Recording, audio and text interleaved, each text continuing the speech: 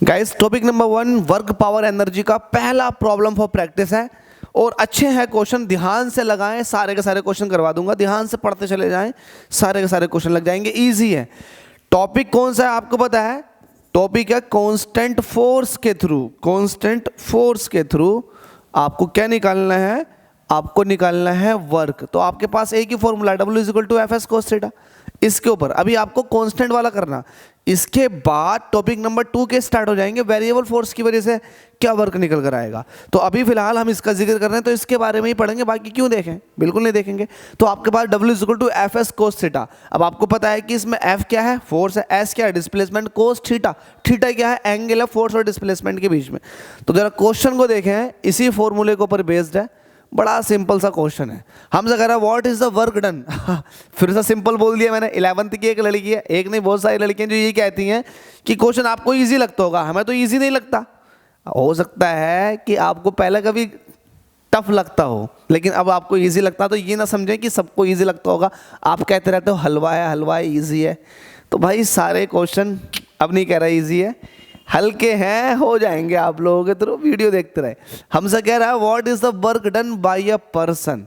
सवाल ये होता है कि वर्क कौन कर रहा है, तो यहाँ पर्सन वर्क कर रहा है। अगर ग्रेविटी की वजह से देखते हैं, हम पूछते हैं work done by gravitational force, लेकिन अगर ये पूछे work done by a person तो हम पर्सन का देखेंगे सब कुछ। हमसे कह रहा है what is the work done by a person in carry a suitcase weighing 10 kilogram F on his head. एक पर्सन है, उस पर्सन के सर पर वजन रखा हुआ है, जिसका वजन जो है वो दे रखा कितना है भाई? मास फिलहाल यहां पर दे रखा 10 किलोग्राम एफ। अब इस मास के साथ वो क्या करेगा? देखो क्या करेगा, कह रहा है on his head when he travels a distance of 5 metre. देखो डिस्टेंस भी दे रखी है आपको और उसका वजन भी दे रखा है। सर पर वजन है, डिस्टेंस दे रखी 5 मीटर चल रहा है, लेकिन कैसे कैसे चल रहा है? कंडीशन वर्टिकल डायरेक्शन में। तो पहले उन्होंने वजन रखा हुआ है तो वर्टिकल डायरेक्शन मतलब ऊपर की तरफ को चल रहा है। अब देखो अगर मैं यहाँ, अब यहाँ 2 सवाल बनते हैं कि इस पर जो है इसका जो वेट है वो वेट नीचे को लग रहा है, तो ग्रेविटेशनल फोर्स नीचे को लग रहा है, डिस्प्लेसमेंट ऊपर को हो रहा है।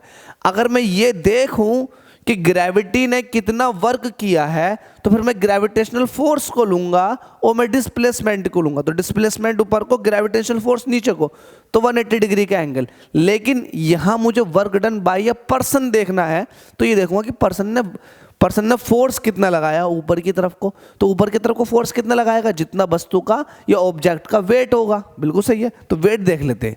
तो हम लिखेंगे given that weight of suitcase कितना होगा भाई, जिसको आप W कहोगे। तो यहां पर आपको 10 किलोग्राम एफ दे रखा, तो जब आप इसको वेट में कन्वर्ट करोगे तो 9.8 से मल्टीप्लाई कर दोगे तो ये हो जाएगा 98 न्यूटन का वेट है। अब जितना वेट है इतना ही उस बंदे को फोर्स लगाना पड़ेगा। तो फोर्स आपके पास मिल चुका है एक तरह का, तो फोर्स है और डिस्प्लेसमेंट भी है। तो फोर्स ऊपर की तरफ को लगाएगा बंदा और डिस्प्लेसमेंट भी उसका ऊपर की तरफ को हो रहा है। तो डिस्प्लेसमेंट और फोर्स के बीच में एंगल कितना बना? 0 डिग्री। तो यहाँ पर थीटा कितना हो गया? 0 degree. As F and S are in same direction. I hope आपने ये बात समझ ली।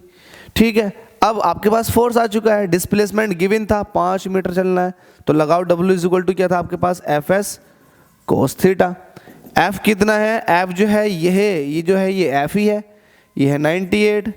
डिस्प्लेसमेंट कितने का? 5 का कोस 0। कोस 0 की वैल्यू कितनी होती है? 1। 98 की जब 5 से मल्टीप्लाई करो तो मल्टीप्लाई करके देख लो 490 ही आएगा, क्योंकि 9 पंजे 45, 450, 8 पंजे 40, 450 और 40 कितना हो गया? 490। 490 जूल। कितना वर्क किया है भाई? 490 जूल। तो उस बंदे ने उस सूटकेस को 5 मीटर ऊपर ले जाने के लिए 490 जूल का वर्क किया है। अगर मैं ये देखता कि ग्रेविटी ने कितना वर्क किया है तो माइनस के 490 जूल हो जाता। ये पॉइंट है। Point to be noted my Lord. Sorry यार, एंजॉय करते हैं थोड़ा सा। माय लॉर्ड तो नहीं कह सकते क्योंकि लॉर्ड तो एक ही है। ठीक है भाई, अगला पार्ट क्या है इसका? सेकंड पार्ट में हमसे कह रहा है अब ये जो है बंदा सूटकेस को सर पर रख के 5 मीटर हॉरिजॉन्टल में चला, हॉरिजॉन्टल में, डिस्प्लेसमेंट हॉरिजॉन्टल डायरेक्शन में, इसका जो वेट होगा, अब यहाँ पर देखोगे वेट जो होगा वो वेट नीचे को लग रहा है, तो वेट जो हो गया वो नीचे को हो गया, क्योंकि बंदे ने तो अपने सर पर रख लिया। अब उसे कोई एक्स्ट्रा फोर्स लगाने की रिक्वायरमेंट है कि नहीं है, बस उसे जो है इस ऑब्जेक्ट को आगे को लेके जाना, तो डिस्प्लेसमेंट आगे को करा रहा है, लेकिन जो फोर्स लग रहा है वो नीचे की तरफ को लग रहा है, फोर्स नीचे की तरफ को और डिस्प्लेसमेंट आगे को, तो एंगल कितना बना 90 डिग्री। और जब आपको पता है कि डिस्प्लेसमेंट और फोर्स के बीच में एंगल 90 डिग्री बन जाए तो वर्ग कितना हो जाता है 0। लेकिन हम जो है सॉल्व करके देखेंगे, W इज इक्वल टू कितना हो जाएगा FS cos थीटा, सही है। W निकालना, फोर्स कितना लग रहा था जल्दी से बताओ 98, डिस्प्लेसमेंट 5 का cos 90 हो जाएगा ये, और cos 90 की वैल्यू कितनी होती है 0, तो 0 होने की वजह सबको क्या कर देगा 0 जूल।